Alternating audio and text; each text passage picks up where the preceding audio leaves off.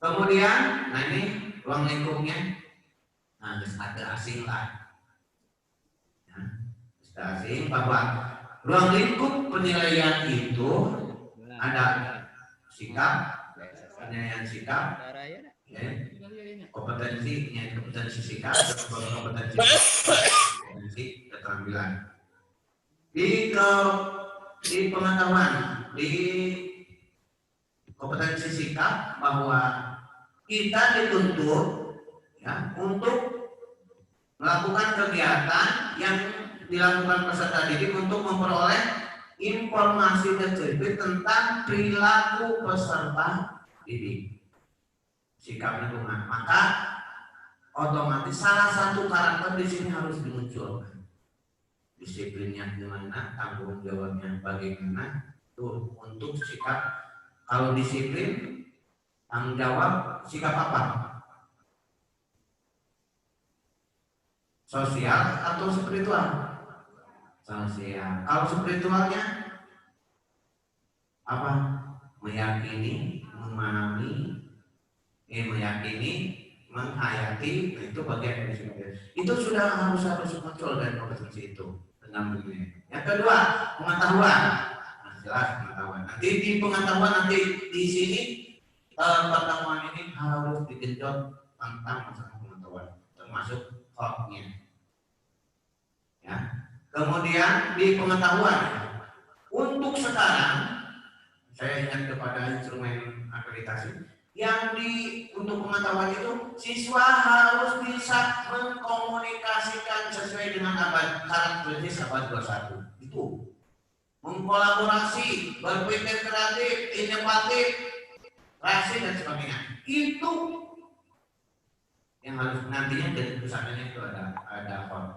Makanya pemikiran kita dari pengetahuan bukan hanya C1, C2, C3, C4, itu mah C1 lot, ya, non-lot, ayah lot, ayah mod, nanti dia, ayah lot, ayah hot, itu kayak pembahasan ini berbagai tingkatan nih, secara nanti dibilang ada level 1, level 2, level 3, nanti pengetahuan ini. Makanya di warna merah ini Bapak Ibu harus tahu. Ini saya pengantar saja. Kemudian di keterampilan, ya, kegiatan yang dilakukan untuk kompetensi peserta didik menerapkan pengetahuan dalam melakukan suatu tugas tertentu. Jadi penerapan harus biasa.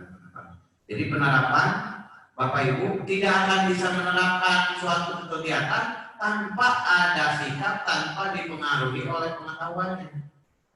Yaitu Bapak nanti. Kemudian teknik penilaian sudah biasa. Suka kalau misalkan sikap, penilaian sikap, observasi, penilaian diri, penilaian teman, jurnal. Nah ini mana yang cocok di zaman sekarang, di zaman pandemi. Kemudian ini pengetahuannya, tes lisan, tes tulisan, penugasan.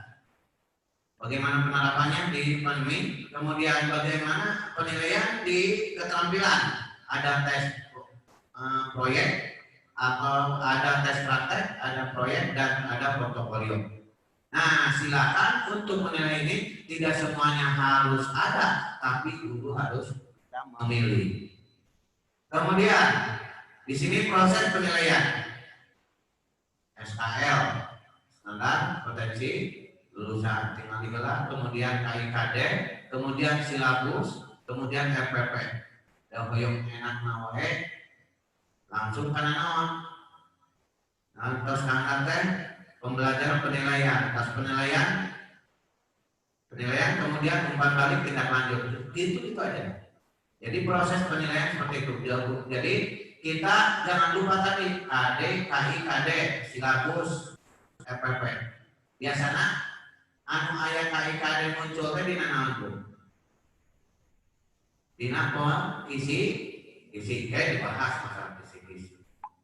Mungkin yang ayat KD indikator KD, indikator kompetensinya dan sebagainya. Maka di sini proses penilaiannya nanti dibahas secara praktek di sesi yang lain.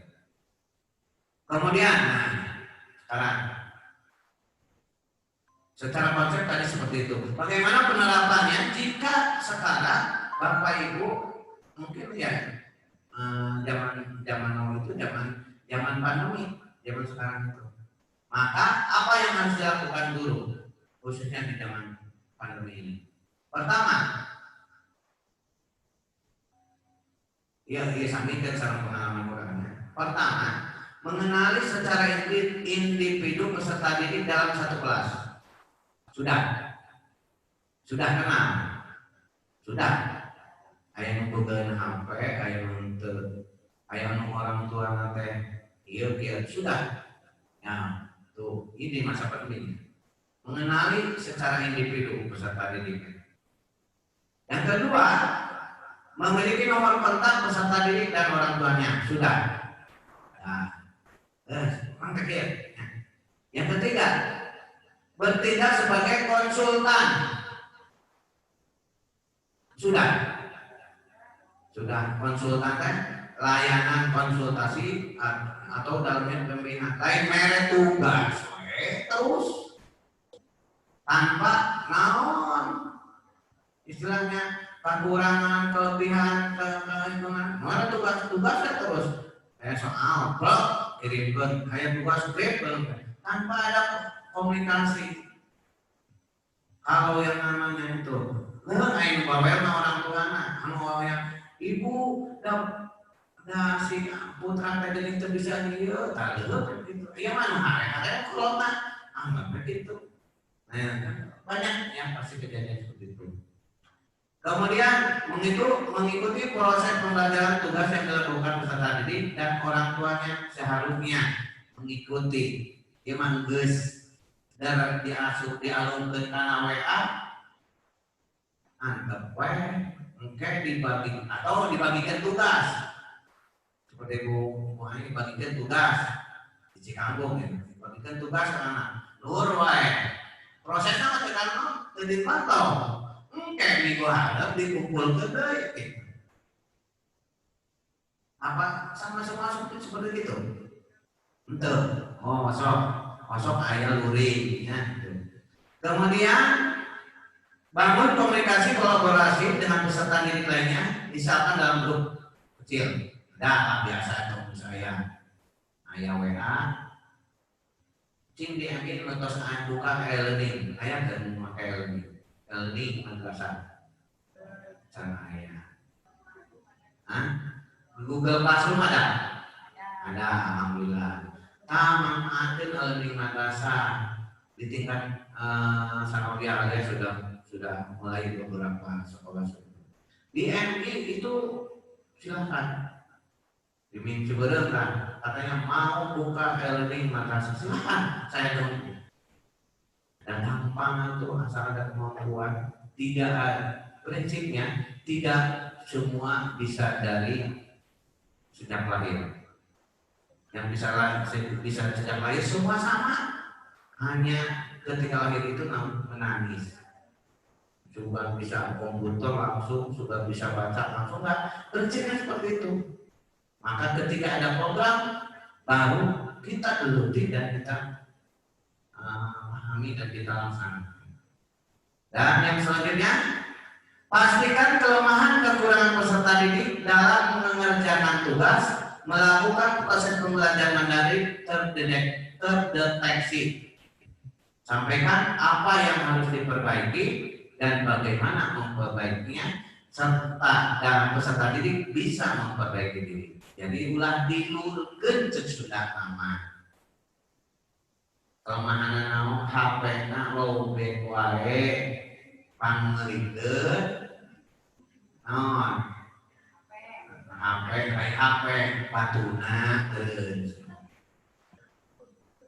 naon HP-na naon pinuh wae memorina dah heueuh anu HP Cina panglikeun ka orang tua urang punten atuh Pak ngelengentos enak gitu. Urang teh oke komunikasi kolaboratif gitu urang syukur-syukur gitu orang bisa ngolong orang tua supaya itu dan ini anu sekian Gimana karena di usia foto 5 memori penuh.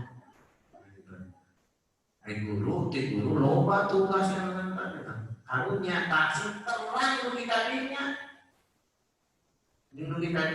apa yang harus diperbaikinya dan bagaimana harus memperbaikinya, dan siswa orang tua mau memperbaikinya Pak di zaman berpikir. Kemudian tidak menjustifikasi peserta didik.